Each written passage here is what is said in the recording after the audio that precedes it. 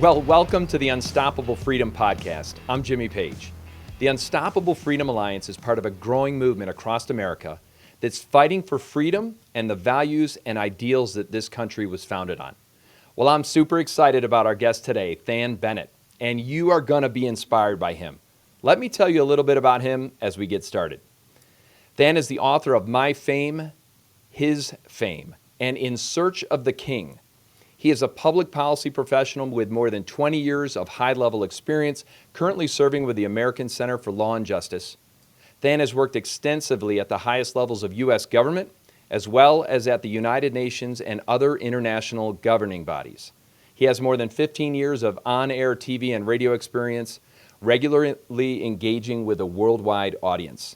He and his wife, Brooke, live in the woods of southern Maryland with their 3 children, Jude, Brell, and Hope, and along with an always changing combination of goats, chickens, pigs, ducks, rabbits, dogs, cats, bees, you name it, it's there. Well, he's a man of God, and you're going to want to lean in for this conversation. THANN, welcome to Unstoppable Freedom. It's a pleasure to have you. Jimmy, my brother, it's great to be with you. That guy you've got coming up on the show sounds like something. He's going to be great. Oh, yeah. I set you up, didn't I? I set you up big time. That farm part at the end, Jimmy, that's quickly becoming my favorite part about me. It's just a ton of fun. Well, listen, okay, that's a great segue, right? And, as we get started on the podcast, I always ask the same question of all our guests. What do you love most about America and why? Man, Jimmy, I know you asked this question, and I hope you have a couple of minutes here because there's just a lot. There's so much about the complexity of this country that it's kind of hard to know where to start, But I think for me, a lot of it comes back to this idea that the American form of government vests liberty, vests freedom in the same vessel that our Creator did, right? I mean, when our founders saw fit to sort of vest freedom and vest liberty in individuals, and when they recognized that those liberties come from the Creator, they were acknowledging a biblical truth, Jimmy, that I really think sits at the core of God's character. And if you look at the long thread of biblical truth, I mean, just time and time again, he says this. In Galatians, it talks about being called to freedom. Let's see, in 2 Corinthians, it talks about where the Spirit of the Lord is, there is freedom. And in the book of John, this is in some ways, it's my life verse, Jimmy, but it says, if you know the truth shall set you what? It shall set you free, right? And so I think that's only sort of scratching the surface of a very long message that runs all the way through Scripture, that God created us to be free. And, at the risk of maybe droning on here, I think it's important for us as believers to grasp why. Because I think the reason that freedom is so important to God is because while He first chose us, right, Jimmy, what He desires from us is that we what? Freely choose Him. And if you think about the rest of the world, if you think about the rest of the arc of human history, there are a lot of belief structures, there are a lot of faiths that can be forced on people, that you can take by way of coercion. That's not so with salvation. It's freely offered to us. We take it on voluntarily. And so in this country, we work to maximize freedom, and we do it to create an atmosphere that is conducive to others accepting that free gift. So, there's I think there's probably fair to say there's a danger in overemphasizing this. Maybe we can get into some of those pitfalls later, but I would answer your question this way. I would say our country has at its very core a foundation that acknowledges that principle that individual liberty reflects the character of God. And, do we implement it imperfectly sometimes? Yeah, we do. But it's up to us, followers of Jesus, to continue bolstering that, to continue strengthening it. And maybe if I could do a shameless plug for a second, this is why I like your work so much. Because your work is intended to buttress that foundation that our founders laid. And, I would say it's groundwork for kingdom work. And so, for that reason, Jimmy, I am madly in love with this country. I always will be. warts Yes. and all. I'm not about papering over imperfections, but Yes. I'm madly in love with this country because I think it was founded in a way that reflects the character of our Creator. I love that. That you did that beautifully, and I think it's interesting because I feel like the way you feel about America and what you just communicated is the way I feel about America. But increasingly, we're telling this next generation in particular, anybody under 20, anybody under 30 almost, that this is not our foundation, right? That there's a different foundation. But it's interesting that you brought up those verses. You brought up Galatians, 2 Corinthians, 1 John. Last year, my word for the year was freedom. Mm. So every year, it's our custom. John Gordon, Dan Britton, and I wrote a book called One Word That Will Change Your Life.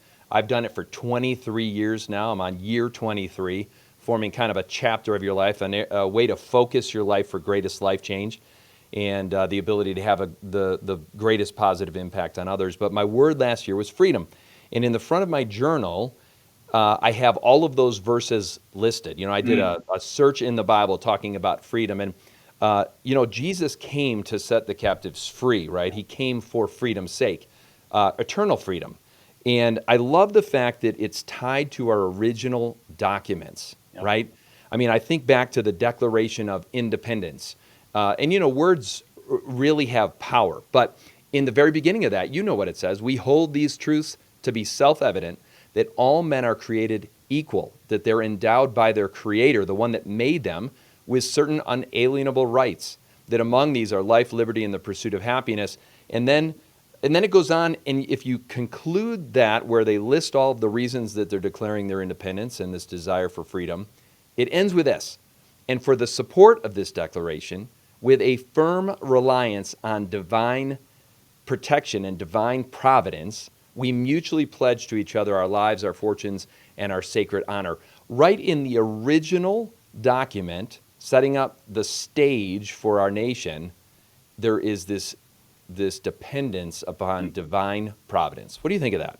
Man, just so beautiful, so amazing. And I guess the two thoughts that come to mind, the first one is the reason they structured it that way, Jimmy, is because they recognized our frailty. They recognized that if freedom were taken away, if freedom were consolidated in a central government, eventually, over time, human nature would corrupt and it would be used to eviscerate everything that they were setting the foundation for. So even Yes. in that, they recognized the warts that would be on any people group, any nation.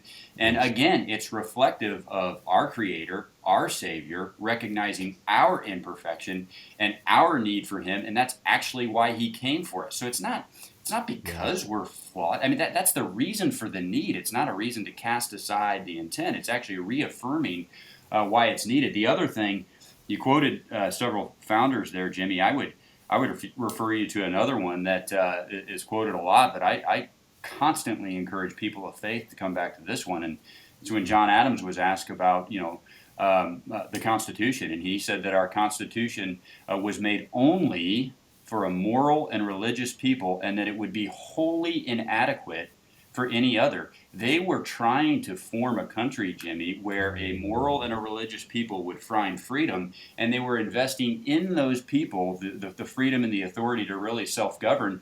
And I use that as a mirror for people of Mm. faith, because if we are the ones that have that freedom, and if the government intentionally was set up to not restrict us, that burden's on us, Jimmy. We got Yes. to make sure that we're behaving in a way that is rooted in a moral code and that Yes. is governed by a sense of care and concern for our neighbors, ones that we agree with, ones that we disagree with.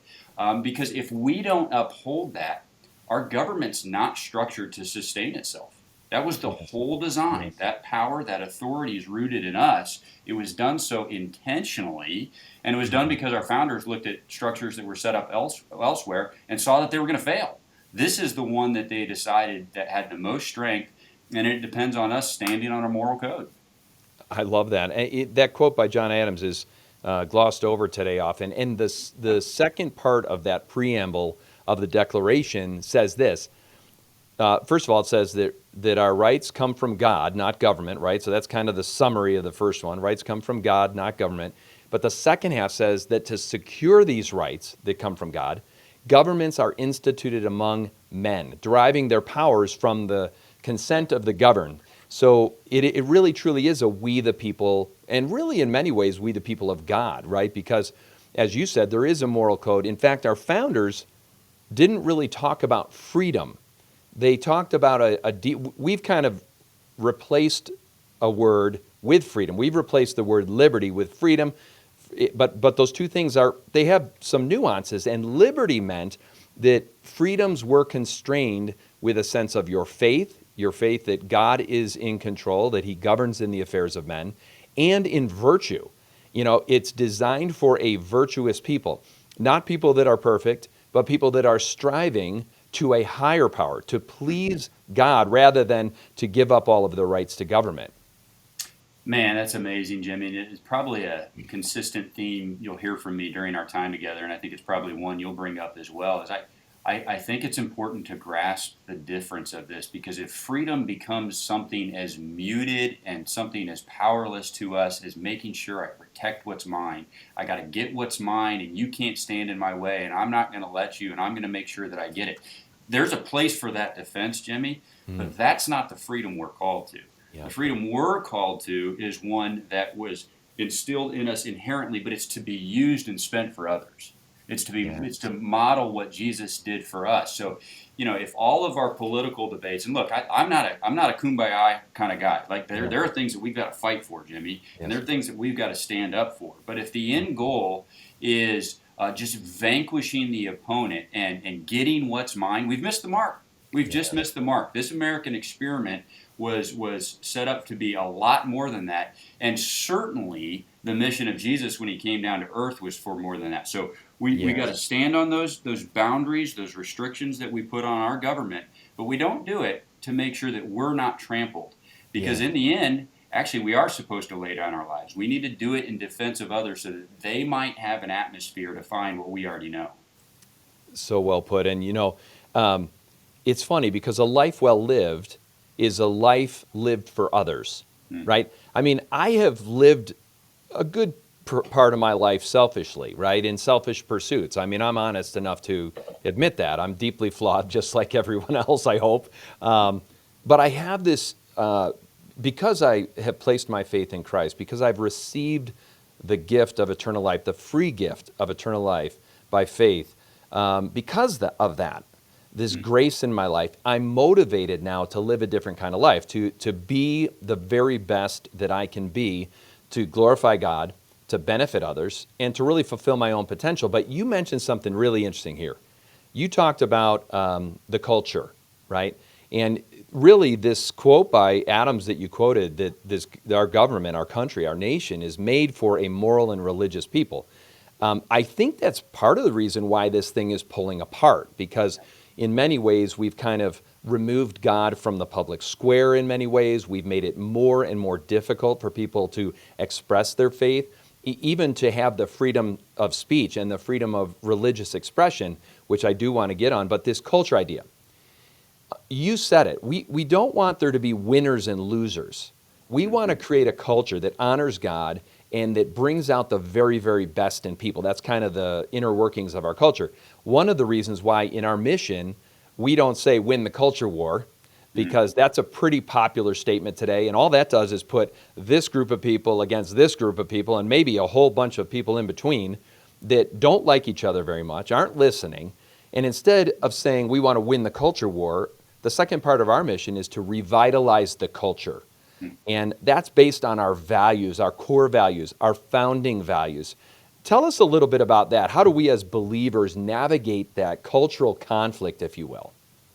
Yeah, I mean, I think some of this goes back to where we started the conversation, Jimmy. But I'm with you. I cringe a little bit now when I hear the term "win the culture war." I really do, and I cringe because I think it maybe sets us up for some disillusionment, because it's sort of suggesting this idea that the earthly culture is going to be won one day, right? And that's just not going to be the case. I mean, a biblical life, a consecrated life, is never going to match the culture, nor should it.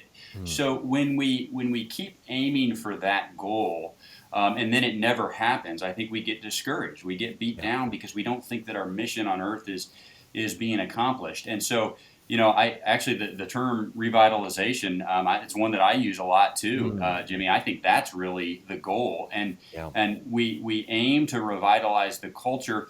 Even that, though, isn't really the end goal, right? Right. Right. We work for a revitalized culture so that we can better pursue our primary mission, which is leading consecrated lives that draw others to a knowledge of the saving grace of Jesus Christ. That's the Yes. mission. Yes. So if we keep those things properly prioritized, we're first trying to draw souls. In order to do that well, we want to engage the mechanisms of culture. We want to revitalize culture so that people Hmm. can have free access to this amazing gift that we know that we offer them. Yes. And maybe the sort of the cultural skirmishes that happen underneath that, they're like tertiary at Yeah. best, right? I'm not Yeah. saying they're not important. In fact, a big portion of my career is dedicated to some buckets that would probably be in that third level, Mm. right? But I do them because I think that put together they help to revitalize the culture, not vanquish it, not Yeah. suggest that heaven will come down to earth before the coming of Jesus, but to revitalize the culture so that within that culture we can point back to Jesus. And I do think, Yes. I don't want to be too preachy here, but I think it's very easy, even for me, to mix those up. And when you mix those up, you can be pursuing the same things, but pursuing them in the wrong order, and your priorities get out of whack and your effectiveness goes out the window because you end up spending yourself for things that aren't worth spending yourself, right? Yes. So getting So them in the true. proper order, I think, is really important. I think that's a great point, and I think also what you're speaking about is where are we going to spend most of our time? Are we going to invest most of our time in the fruit or in the root that Mm-hmm. produces the fruit? And Mm-hmm. so often I think the issues of today are the stuff that pop up on the tree. And so Right. when there's things in our culture that are egregious, whether it's lawlessness or whether it's racism or whatever those things are that are showing up in our culture, even just a lack of civility, canceling people's Yeah. opinion because it disagrees with you, um, having to shout and yell and have arguments about anything, and nobody's interested in changing their mind whatsoever. Those are the things that show up on the tree, but the truth is we've got to invest in the root. The fruit is a direct representation of the cultivation of the soil around the roots. And what are we feeding this tree that's producing that result? So a lot of time we spend our time going after the bad fruit, if you will, instead of trying to reintroduce the right nutrients into the root. What do you think of that? Is that fair? Yeah, maybe let me give you a thought here, and you may Yeah. disagree with this, Jimmy. I'd welcome pushback on this if you do. But one of the ways I think about this is when people ask me sort of what the biggest problem is out there. I don't give them the answer that they're expecting because they're expecting something like wokeness or whatever. I don't really like Right. labels, and there's reasons for that, but I have a biblical conservative worldview, and so sort of the leftism that's happening is what people expect me to respond with. And Hmm. because of what you just described, Jimmy, I almost always tell them that my biggest concern and my heart beats first and foremost for the Church of Jesus Christ. And the Hmm. reason it does is for a couple of reasons. One, I think the Church of Jesus Christ is the one that is equipped with the answer to address all of the those smaller buckets we talked about, Yeah. all of those travails, the fruit as you describe it, Yeah. and they're the way that we can impact it. um, but it also does, Jimmy, because I think that's where we can have the biggest impact, right? If you look at any debate, and maybe you think, maybe I think I'm 90% correct on an issue, and I think you're 100% wrong on an issue, It could right? happen. It could I, happen. I'll have this conversation with your wife. I'm guessing she might agree with me. Happens a lot. Beside the point. Beside the point. In that scenario, though, I think I still have more headroom for progress in the Hmm. 10% where I'm mistaken, or my community is mistaken, or the Church of Jesus Christ is mistaken, or my political party is mistaken, than I do in the 100% where you're wrong. So Yeah. if I can focus there first Hmm. and make ground, I actually think it's going to give me a greater foothold to maybe address some of the things that are wrong, maybe even outright wrong with what you see. So I Hmm. think I think that's maybe a long way of answering the question, but I think if we immediately jump to the giant error we see on the other side of the chasm, we end up making no progress whatsoever. Where if we started first, if we started internally Yeah. first, we would start to make progress. So it's a great segue because the church's role is a profound role, right? And there's a lot of argument actually about whether the church should be involved at all in our culture conversations or in creating culture. And the Bible that I read talks about being salt and light. It talks about being an ambassador for the kingdom, right? The heavenly kingdom. It talks about making a difference in the community that you're in, making a difference for others. So there obviously is a biblical bent on engagement in relationships with your neighbors, relationships in your community, all of these things. And then when I look at the involvement in the political realm from the very, very beginning, Yep. really hard to say that faith shouldn't be allowed in the public square and the role of the church should be muted. But that seems to be what we're experiencing to some extent. What's the best role for the church? What is the appropriate role in America? What's the role of people of faith? Well, first of all, if we weren't intended to play a role, I'm not sure why we're here. I mean, we're supposed to be ambassadors for Jesus Christ, and to me, that would suggest that we're supposed to go into every industry, to every art, every profession, and represent Him.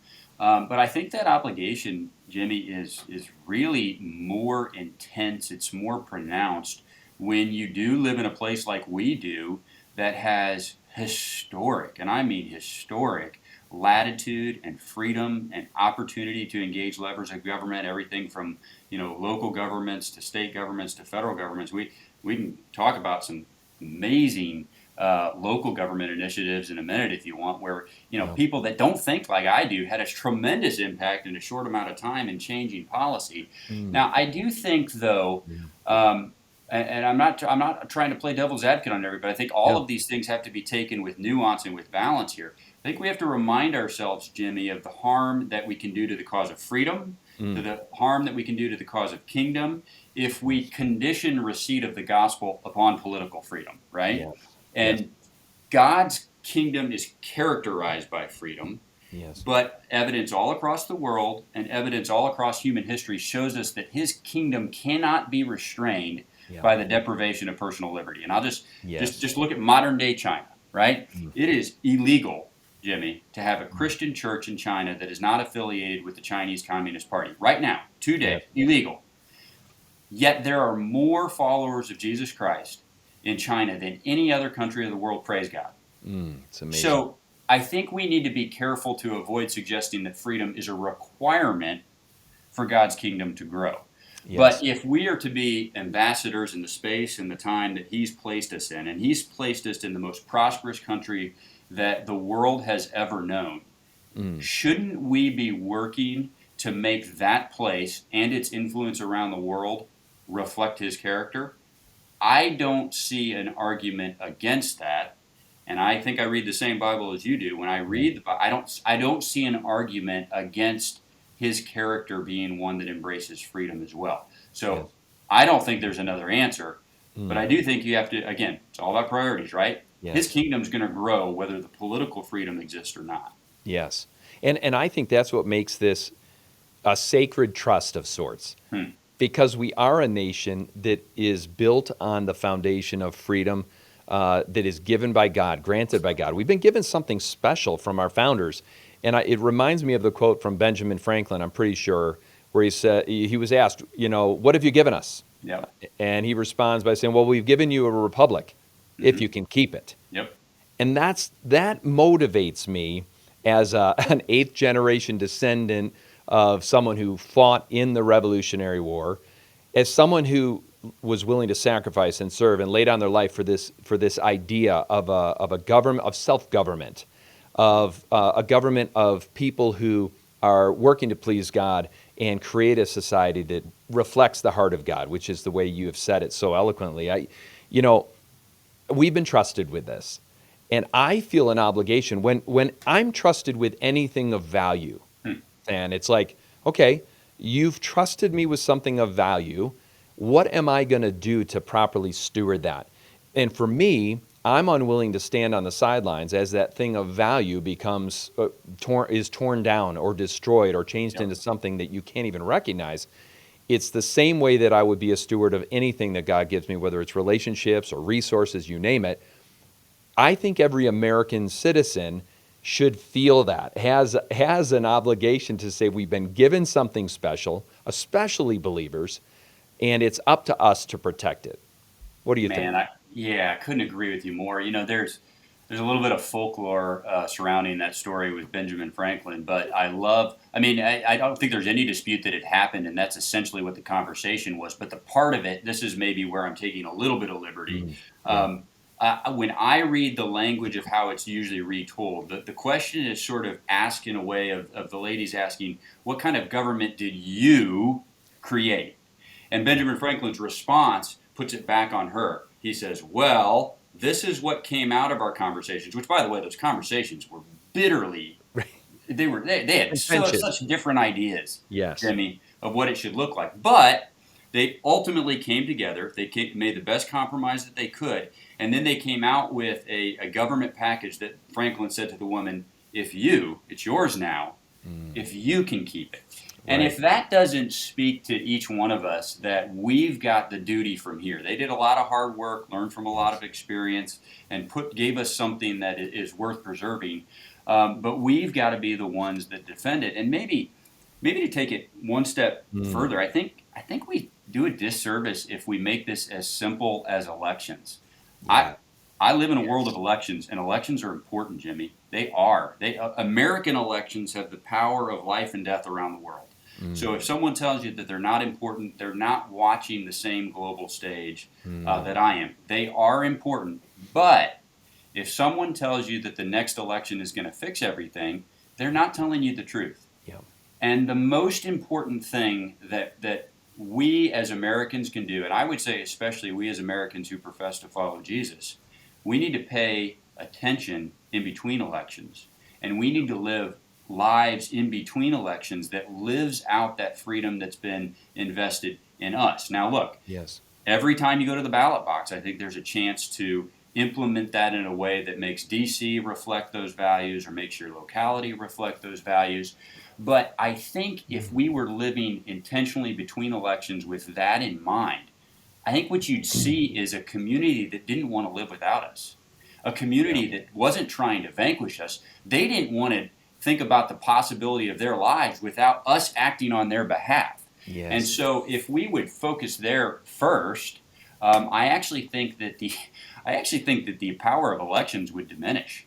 Yeah. Because quite frankly, we wouldn't be ceding to either our favorite politician or the one that we despise. We wouldn't be ceding them power that's not rightly theirs anyway. So, Yeah. again, maybe too long of an answer again, but I don't think detaching or disengaging, Jimmy. I don't think that's a biblically rooted option on the table to us. We can fight Yeah. about and Yeah. have disagreements about how to engage, but disengagement, I don't see that one. Yeah. And I think it's interesting what you've said is that, the real we put so much time and energy and hope in elections. Everyone does, no matter what Yep. side you're on. We look at it as like the fix, right? And I see a pendulum. When I see national elections, I see this pendulum, and it goes from, one side to the other.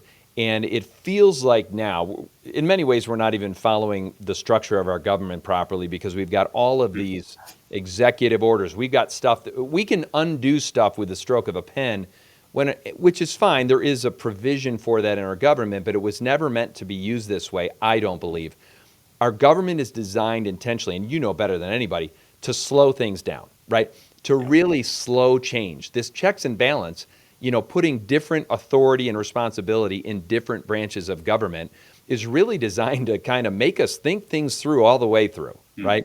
It's a Yeah. representative government. It's not like, okay, now we've got a new administration in. They can do whatever they want. The pendulum swings hard from the right to the left and then the left to the right. The rest of us are left with this whiplash in the middle of it. Isn't our government, and you know better than anybody with public policy, isn't our government designed to kind of grind a little bit and to make us make sure that we really want the change we think we want? It was supposed to be a little dysfunctional. Yeah. Like that was a perk, Jimmy. Yeah. Not dysfunctional in the way that we see it today, but Right. dysfunctional in that it was actually hard to change anything because that Yes. certainty is Mm. actually what provided the security and the freedom for those living under the Mm. government, right? I mean, I would give you a couple of examples just based on what you touched on. Executive orders. I mean, I think everybody looks at executive orders as, either all good or all bad. And Yeah. I would tell you, if there is a provision that has a meaningful impact in your life that can Mm. be undone by the stroke of a pen of what somebody you like or somebody you dislike, it probably shouldn't have been put in place by the stroke of a pen in the first place, right? Interesting. I mean, in Interesting. order to in order to have a meaningful impact in the lives of an everyday citizen, we Mm. were told, and our government is supposed to structure this way, that there would be sort of several bites at the apple for us to engage. You go to the Yeah. people's house where everybody has a representative that's closely attached to the people. You can try to impact that representative's view of it. Then it goes to the Senate, which you only have two of those for any given Yeah. state, but they are supposed to have higher thresholds for passing legislation. And Yes. maybe this maybe makes me a wonk, Jimmy, but I'm the guy that regardless of whether a guy I like runs the White House or doesn't, Yes. I love the Senate filibuster. Oh, I love it. me Because too. if you lower the threshold with which they can act, I know that rock's going to go roll down the hill on me one day, right? Yes. So, Yes. I But Dan, most people don't even consider that effect. no, I mean, no, oh, it's like, hey, we're in power, regardless of which side you're on. We're in power, and now we're gonna roll that rock. Let's go. you know, And yeah, no. Go ahead. I'm sorry, didn't mean to cut you off. no, no, it's just amazing to me because, for example, even with Supreme Court nominees, Yeah, the threshold is just a simple majority that can be broken. Even if it's a tie, it can be broken. Stuff like that where we're making lifetime appointments that represent us and represent the Constitution, in particular, the rule of law and Constitution and the application of that. We've lowered the bar. And yeah, and so you're right. I'm the same as you. I want to protect that filibuster because it makes us convince some people on the other side of the aisle that this is a good thing. yeah. There are 100 senators, Jimmy, and I don't have an exact count, but if it is less than 95 of them who have had a position on both sides of this issue, Mm, I'd be floored. If your yeah. guy holds the White House and you hold the Senate majority, you're in favor of getting rid of the filibuster and being able to pass major legislation with only 50 votes. Yes. If you don't hold the White House and you don't hold the Senate, you think preserving the rights of the minority is the most sacred thing you've ever seen, right? So Yes. the hypocrisy just abounds. Huh. But I don't know. Maybe this is a good place to just one of the favorite things to remind people of is we act like debate and disagreement and Mm, dissent is some evil thing to be avoided. yeah. And Jimmy, I mean, I go as long as you want on this topic because it's my favorite. I won't go long Let's except to say go. this: look around the world. The places around the world where that's not allowed or that's suppressed, dissenting opinions, criticism of the government, open debate in the public square. Jimmy, those are the most oppressive places on the planet. Yeah. So why in the world would we be afraid of that kind of even rancorous sometimes? It's not meant to crush people, but it is meant to crush ideas that can't withstand the scrutiny of being Yes. enacted, right? I Yes. don't want an idea governing my life that can't hold up. I Yeah. actually want it viscerally attacked before Hmm. it's enacted. And Yeah. I think maybe we've lost some of that thick skin along the way. We should Yes. bring it back. All of us should be willing to subject our ideas to that. I totally agree. Gosh, just this idea of debate, right? Everyone's afraid to express what they really think. And also, we're afraid to lean in and consider that we may not have all of the information, and maybe someone could give us information that would help us make a more educated decision or an informed decision. This is part of what is most concerning to me right now in this moment in America. Our foundational freedoms are being eroded. Free speech is under assault. I mean, you couple that with cancel culture, and Yeah, if somebody says anything that bothers or offends someone else, they immediately get deplatformed, devalued, pulled from all of the big tech platforms that they're on. They might even lose their job over a stupid comment, which I get it. You don't want to make stupid comments. I don't want to make stupid comments either. I But managed to. yeah, I know, right? I make plenty of them. This is one of those, ask the right person. But and one of the things about this now is we've created these safe places on our college campuses. We've created these free speech zones, which I thought the free speech zone was from sea to shining sea. I mean, I kind of thought that was across the entire country. But we've created these safe spaces where no one is allowed to say anything offensive. I don't understand that. The very interesting thing about our culture today, and I really want you to weigh in on some of the things that are concerning you the most, especially around this free speech, cancel culture deal, is the presence of video has changed everything, right? Audio and video. Because now we could go back if you have an audio or video or email record or voicemail record of something, we can go back as far as possible in your life and dig up some offensive things and then use it against you now to disqualify you from whatever you're doing, regardless of who you are as a person today. Talk to us a little bit about free speech, cancel culture. What's going on? Well, I mean, it's a timely question, Jimmy. Just this week, actually, the organization that I work for had some of our content taken down by big tech because honestly, they didn't like one of the adjectives that was used in describing a political story. And when you actually got into it with them a little bit, really, they wanted us to just use a different adjective that really meant it was a synonym. And so the extent to which big tech has taken sort of the controls is rather alarming. Now, I would say, look, I mean, the First Amendment is meant to restrict the government, not a private company. So the Yes. right response in many of these situations might actually be to shame them in the public square and then compete with them, right? Yeah. I don't want to see that power transfer to the federal government. I think it would actually Right. get worse. That's a rabbit trail. I'll set that aside for a minute. Yeah. Your question about speech, and I'm going to get into everybody's business here just a little bit because I don't think it does your listeners any good for me to just point out the ones that concern me the most. Yeah. I think both the left and the right are doing this. I look at the left, like you said, they're deplatforming people they don't agree with. They're trying to be the speech police, and if you say something they don't agree with or that isn't said the way they want it, they kick you off the platform. Jimmy, it's a terrible idea if you're after flourishing. Not allowing opposite views to refine each other is a terrible idea for flourishing. On the right, though, you see an effort to try to ban certain literature. And that's an atrocious idea that's been tried countless times across history, and it always fails. And by the way, there's a little bit of danger here, and I should say this. There's an effort that has been unfairly characterized as that, which is just parents trying to control their kids' curriculum.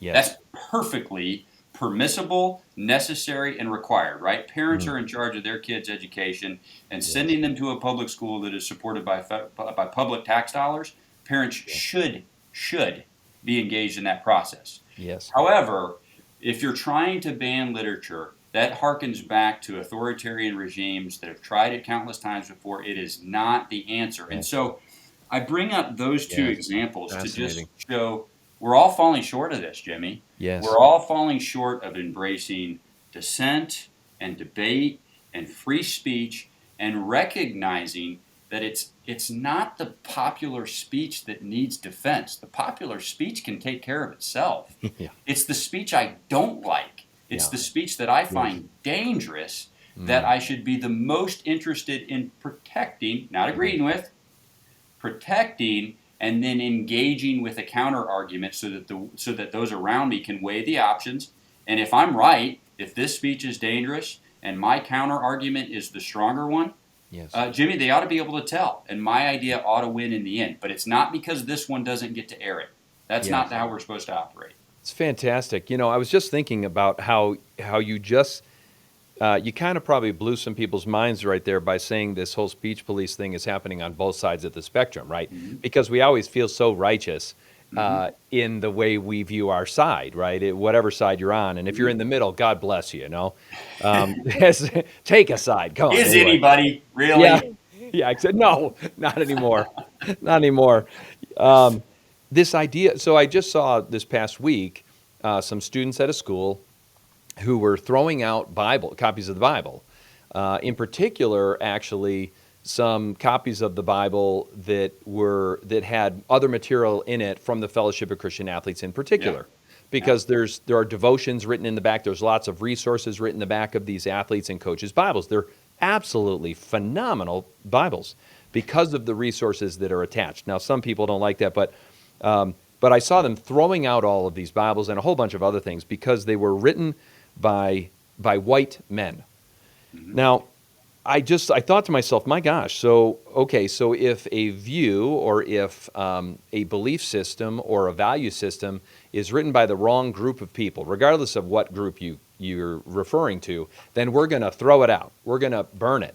And I've always said, let the ideas stand the test of an open debate, like you said, an open marketplace where we can debate the merits of what you're saying and then determine what's right for us.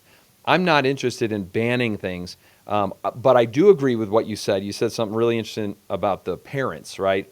Mm-hmm.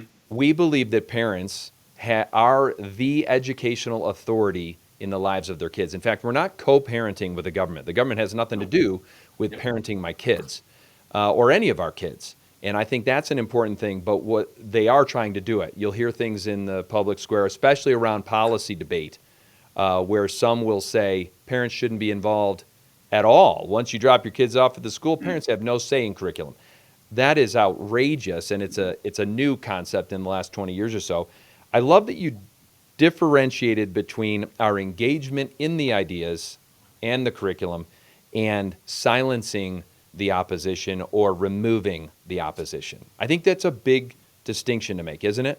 Yeah, let me say a word on both those. That Yeah. parents' right to control education, Jimmy.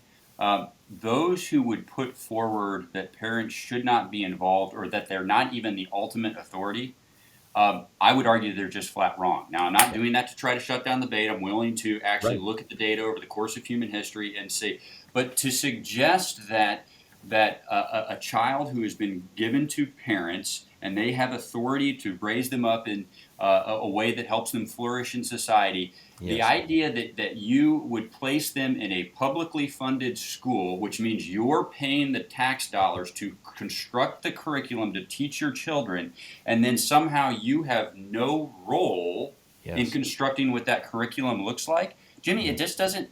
You don't even have to be a believer in Jesus to follow Yeah. my logic here. It Oh, yeah. doesn't hold up under sound logical reasoning. And so, just kind of Right. as an aside, someone who wants to use the arguments that I'm making on open and free debate to push back against parental authority in a child's life, I welcome that debate any day of the week. I just don't think it's rooted on anything sound. Yeah. As for the source of information and whether or not that should be evaluated in determining the merit of an idea, I do think it's fair to consider the character and the fruit of Yes. people who rally around certain ideas, and I think you can oftentimes tell a motive by looking at that. It doesn't change the merit of the idea, however, and if it did, none of us ever, save Jesus Christ, would have been Yeah. qualified to speak into any issue ever because we've Yes. all fallen short. So it might be a part of the debate, but it doesn't in any way. It's not dispositive, right? It doesn't Yeah. determine it. And maybe one example. There's a popular idea now, largely coming from the left, that the nuclear family is a bad idea. Yes. And I think if you look at the motives and the fruit and the track record of those who are espousing that idea, Yeah. you can get a pretty good idea of why they're advancing that idea. Yes. However, I don't even really have to go there to prove to you that it's a horrible, horrible idea. Because if you look at young men especially who are not able to escape poverty or spend time incarcerated or get involved at a young age in harmful drugs and alcohol, they almost all of them have a universal trait from their upbringing, and it is that they did not have access to a loving, nurturing nuclear family. So you Yeah. have an idea that is proving the most harmful to the exact group of people that it's allegedly in defense of. And that's really all the only place you need to focus, Jimmy. Yeah. I do care about the flourishing of these people suffering. But this idea that you say helps them is the very thing that's harming them. Yes. That's what I'll engage you on. Yeah, but you're arguing with statistics and facts, Yeah. right? And so now I would say right on, because Mm-hmm. the statistics don't lie. And Mm-hmm. when you talk about the indicators of whether you're going to have a successful, flourishing life, it all goes back to that family structure, whether we like it or not. In Yep. fact, families were thriving even during the most tumultuous years of the civil rights movement. The black family was thriving like never before, actually, in our history. Business ownership, participation in politics, economic advancement, for example. And with any race, any group of people, any human being, when you affect that nuclear family, and we're seeing it happen across the board, this is not racially driven, actually, it's across the board, regardless. When the nuclear family suffers and dissolves, it causes direct negative impact to the kids that are in that family every single time. You've Yep. got overwhelming evidence for that. However, people are elevating experience over facts and data, like the truth of the actual reality that we're facing versus how I feel about it. How do we have debate? How do we have conversations when we can't even agree that there is a source of truth, that we should be dealing with reality rather than just an experience? What do we do about it? I think by the grace of God, I think I grew in this area a fair amount a couple of years ago when there was a lot of the racial strife that was sweeping across our country. My wife Brooke and I, Jimmy, took some time to sit down with several of our black friends who have differing political perspectives. Some were in our neighborhood, some were leaders in our church, and just asked basically that question that you just asked me, because facts and figures, when there is hurt, and I think Yes. all of us can acknowledge there is hurt, and there's hurt that is has lasted through generations from a people Yes. group being oppressed. Um, Facts and figures aren't enough to overcome that, even if the Hmm. facts and figures are correct, right? Yep. And I think what I learned, Jimmy, that I'm still trying to grow in, but I really had never grasped before, is that there needed to be a recognition on my part when I Hmm. interacted with someone from that community of the hurt that was caused.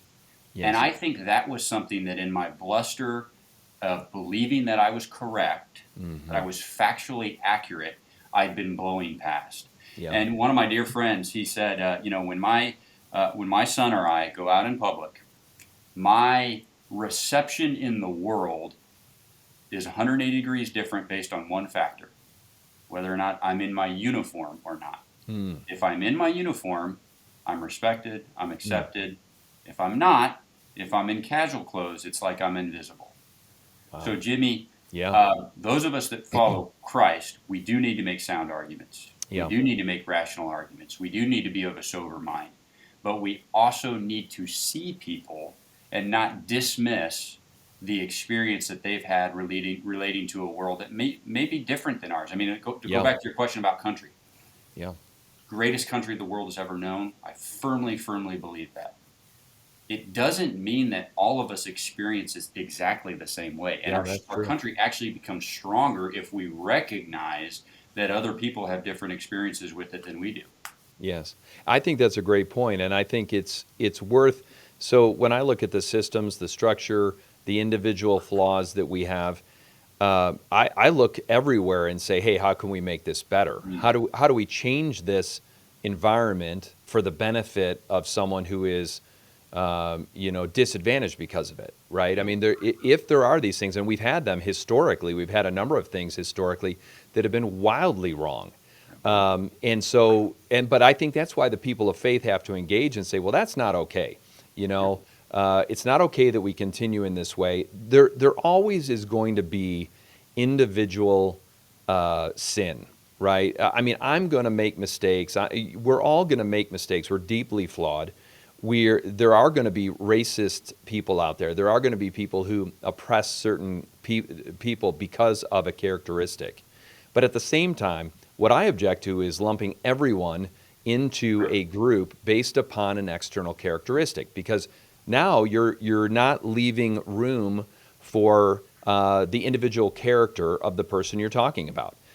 So I think we've got some dangerous ground here where everyone, we define someone or a group of people based on external characteristics or based on lifestyle decisions that they've made, you name it, instead of looking at the individual and saying, hey, what's the character of this person? Who are they like? What do they stand for?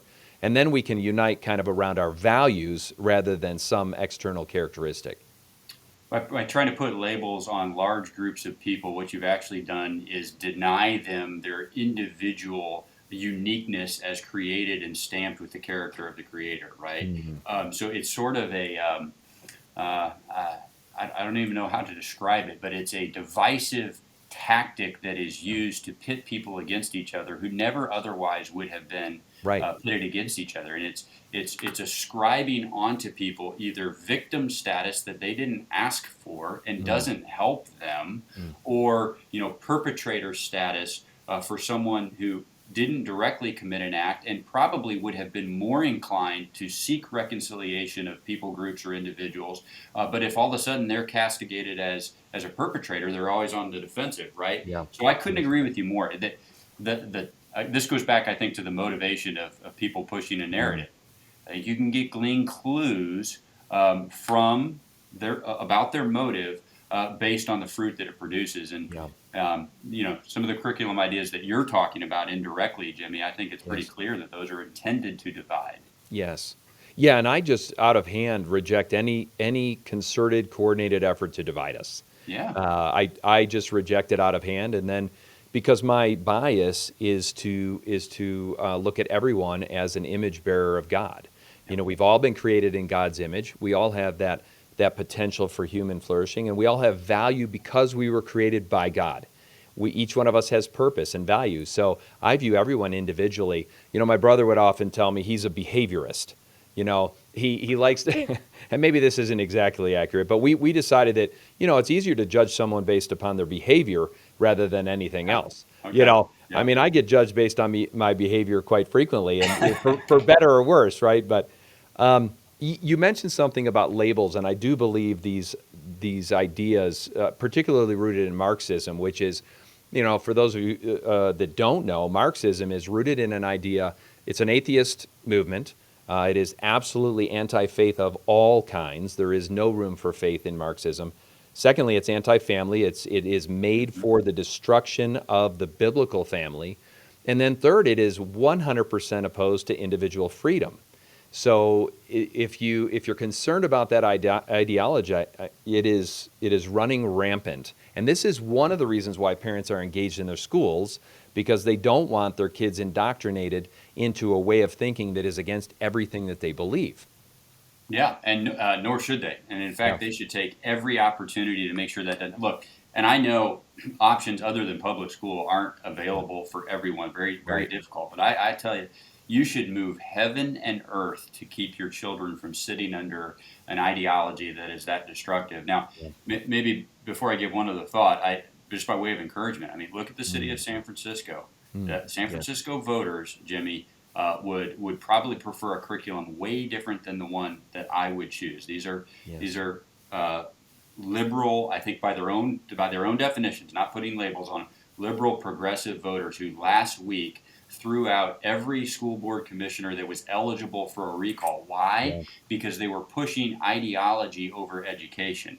And so I think when you filter down to the voter level, and especially when you're talking about parents, this is not an effort that parents want. Now, it's not gonna look like that because it riles people up and it drives a good media narrative. And so, the left political class is gonna act like the grassroots favors this. They don't, Jimmy. And so on that local level, every school board member with more than 70% was recalled for pushing that kind of ideology. So I would just encourage people. I think there's more agreement on this particular issue. I think you call it education freedom, Jimmy, and I think that's a great label for it. But even in a space where a parent is going to support a curriculum that I don't really like, honestly, they still want to control it, and they should control it. That's their child. It's their authority to erase them. I would argue strenuously that maybe some of their ideas are actually destructive, but Yeah. one way or another, they should, in the United States of America, take control. And in the probably the most leftist city in America, they did Yeah. that just a couple of weeks ago. That does encourage me. It encourages me because of where you started. You started the conversation by saying we put so much stock and hope and faith in these national elections, which are important, of course. Yep. But really, where the revitalization of the culture, where the reinforcement of sound ideas and values and virtues, where that happens is at the local level, right? That's in our neighborhoods, and that's in civic engagement, right? So, having said that, you're in public policy, the world of public policy, right? Mm. How can we at the grassroots level, what are some of the most important ways that we can engage to make a difference in this area? Yeah, I mean, I think I would start by saying you've got to participate in every level. I mean, Jimmy, if you are a student or you're the parent of a student, let's say, in a jurisdiction that has curriculum issues that are concerning to you, and you're not known to your local school board, I would suggest it's probably skipping a whole bunch of steps to come raise noise in Washington, D.C., Yeah. because it's going to be a whole lot harder to change things from the top down, especially, and that's really appropriately so. I mean, especially in the space of education. I think that Washington, D.C.'s footprint in this space is already far too large. Yeah. But if you're known to your school board, you can make a difference in a short amount of time, whether it's something as drastic as recalling or changing your school board, or whether or not it's just putting on enough pressure that the same group of people, makes a change. That's where you've got to start. So that's a specific example, but I think I would zoom out just a little bit, Jimmy, and say you've got to know who should have the authority, who does have the authority, and then you've got to be willing to put a little bit of pressure on it. I've actually had a conversation with you about having Yeah. tenacity in this space, I right? was just going to ask you Were about you? that. Yep. Okay, so let me tell you this, and then I want you to tell your story too. But my boss right now, he says that 40 years ago he made a habit of showing up at school boards where his kids were students on a regular basis, if for no other reason to let them know that he was watching. That's 40 years ago, Jimmy. Wow. How many school boards or school districts right now do we sort of complain about, but we haven't engaged? Yeah. So I Yes. guess in simple answer to your question, I would say, let's be more than a raised fist. Let's be more than a loud voice. Let's show up where those decisions are made and try to get the right decision made. It's funny you brought up tenacity and the word pressure, because my experience has been, as I've engaged at the local school board level, is that there can be a very kind of dismissive, condescending type of attitude from the boards, and even from some of the school administrators. Although most school administrators are open to conversation. What I've discovered is until there's some intensity, some tenacity, some pressure, some emotion, even like some righteous Yep. emotion, Yep. until that happens, it's almost in many ways that people are dismissive of the people that come and make the public comment. So I think that you have to stay in character, right? I have to keep my integrity and my values, and I have to represent God in a way that honors Him. But at the same time, I think there is a place to demonstrate how you really feel about something and demonstrate that it's that important to you to get their attention. Every human is interested in self-preservation, Jimmy. And if an elected official who is responsible to the people that elect him or her know that they're going to be held accountable, and their position or their place of prominence will be on the line if they don't respect the wishes of the people they're supposed to serve, it's a powerful incentive. It's also an appropriate incentive. That's back to our original structure. Yes. We the people are the ones with the power. It's not for punishing, it's to make sure that the apparatus of government is actually used for us. And usually that means kept at bay.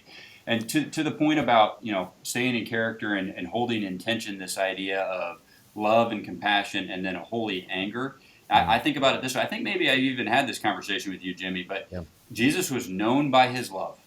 And occasionally he had to demonstrate anger to show that love. Now, I very easily flip that around.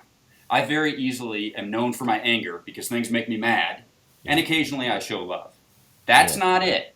That's not it. But it is not loving and it is not compassionate to be a part of a community that is destroying the upbringing of children and to stand by and do nothing. Showing love for that community is engaging with tenacity, it's engaging with consistency, and it's using the leverage points that are available to you to rally the community around you. So I just don't see, I don't see any inconsistency, Jimmy, in showing a little righteous anger at times, being tenacious, but doing it for the end goal of a loving result. I love that. I think that might be a great way to conclude our time, especially given your role in the highest levels of government, and you've kind of you know a thing or two because you've seen a thing or two, and we're super grateful that you're participating at that level. And I'm really thankful for the way you've blended faith and participation in the public conversation. Thanks for that, my friend. Well, thanks for having me, and I just bat right back at you. We need people like you who are defending this in the highways and the byways, because where I sit right across the street from the United States Senate. We don't want it to come from here. If the decisions are coming from here, Jimmy, we've lost it. So we need people engaging where you are. Well, I appreciate it, man. We're going to be praying for you and all of your activity, and we'll have you back on. There's a lot more to talk about, but super thankful for you. God bless you, my friend. Looking forward to the next time. Love you, buddy.